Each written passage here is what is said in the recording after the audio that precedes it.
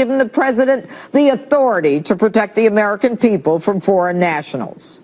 So, this Judge Robart from Seattle issues an emergency temporary restraining order on the grounds that the plaintiffs, the states of Washington and Minnesota, would suffer irreparable harm and would most likely win their case. Yet there is no explanation what harm they will suffer or why they will win. On the other hand, a Boston federal judge who last week also issued an emergency stay on the same grounds of irreparable harm and the likelihood of success has declined to extend that order, saying that the president did have the authority to apply extra vetting measures to travelers coming into the country from those specific countries. Now, both of these federal judges had in front of them Lady Justice and their jobs to balance the scales. On the one hand, on the one scale, the interests of foreign nationals, plaintiffs, and on the other scale, the security of the American people. Now, although the Boston judge, after further review, did not extend the order, both of them judged that the plaintiff's emergency more immediate and weighty than the security of the American people. Now, this is a kind of action that puts our country into a constitutional crisis.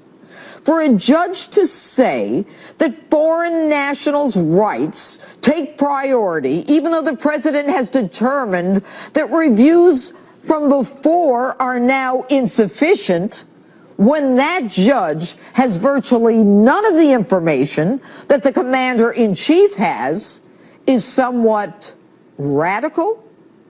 Not surprising, given that Judge Robart is known for his community activism and controversial statements like Black Lives Matter in his federal court in 2016.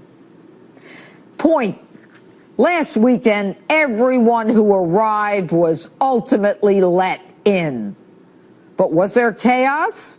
Yes. But the only chaos was created by the protesters and certain members of Congress pimping for votes. And speaking of chaos, let's get a few things straight right now. You do not have the right to destroy property, public or private. You do not have the right to break windows, assault, hit, or spray mace in the face of another person. All of the above are crimes. The First Amendment does not give you the right to commit a crime.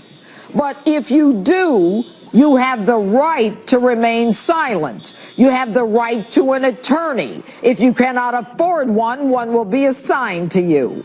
And you tender snowflakes out there, so distressed, so depressed, so fearful of free speech that you must retreat to a safe zone with your crayons, must be schizophrenic, because now you're dressed like black ninjas looking to burn down buildings. You don't have the right to block traffic, to stop me from catching an airplane in case I want to visit my sick mother, or block him in case he's got to go for a job interview. Your rights are not superior to mine.